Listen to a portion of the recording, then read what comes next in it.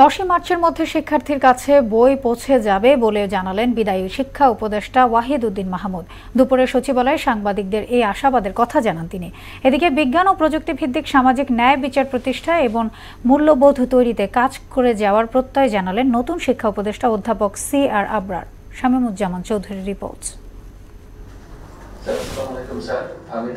অন্তর্বর্তী সরকারের উপদেষ্টা হিসাবে শপথ নিয়েই সচিবালয়ের নিজ দপ্তরে যান নতুন শিক্ষা উপদেষ্টা CR আবরার। সেখানে মন্ত্রণালয়ের কর্মকর্তা কর্মচারীর সঙ্গে শুভেচ্ছা বিনিময় করেন তিনি। আমি জীবনে কোনোদিন এই ধরনের পরিসরে এসে বসে যে এই দিকে বসবো এটা কখনো কিন্তু ভাবা হয়নি। নতুন দায়িত্বে অনেক চ্যালেঞ্জ থাকলেও সকলের সহযোগিতা নিয়ে তা মোকাবেলার আশা জানান তিনি। মাননীয় প্রধান উপদেষ্টা যখন আমাকে এই দায়িত্ব দিলেন, আমি মনে করি যে এটা একটা চ্যালেঞ্জ।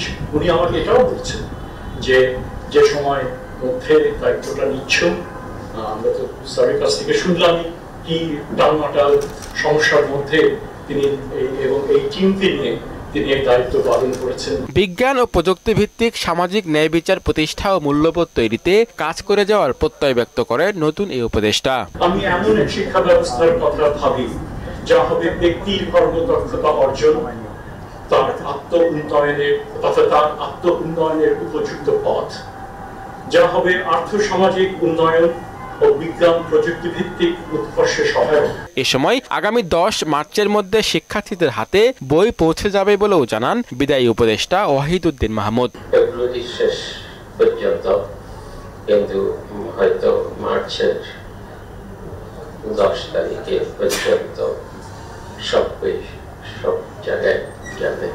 মাধ্যমিক বেসরকারি এমপিওভুক্ত শিক্ষা প্রতিষ্ঠানের শিক্ষক এরাই হলো সবচেয়ে বঞ্চিত। দীর্ঘদিনের সৃষ্ট সংকট সহজেই মেটানো যাবে না বলেও জানান তিনি। এই শিক্ষা ব্যবস্থা এত অবিন্যস্ত, এত বিশৃঙ্খল। শামীমুজ্জামান চৌধুরী, বহনা সংবাদ, ঢাকা।